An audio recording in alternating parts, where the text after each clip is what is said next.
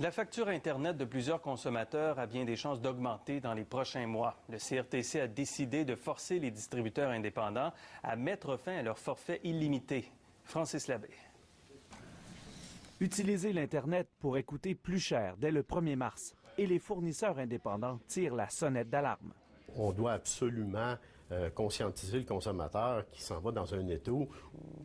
Les telcos et les câbleaux vont décider de ce qu'il a le droit de regarder, de ce qu'il a le droit d'être informé et de quelle façon il va l'être. Le Conseil de la radiodiffusion et des télécommunications du Canada a décidé de mettre fin au forfait Internet illimité offert par les fournisseurs indépendants, comme B2, B2C de Montréal.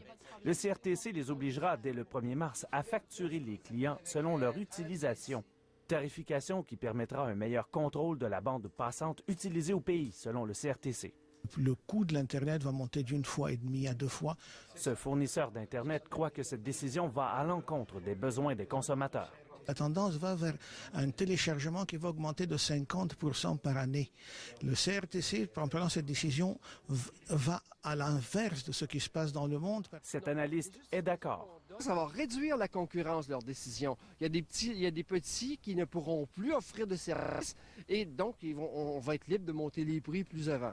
Une pétition lancée sur Internet pour dénoncer cette décision compte déjà plus de 200 000 signatures.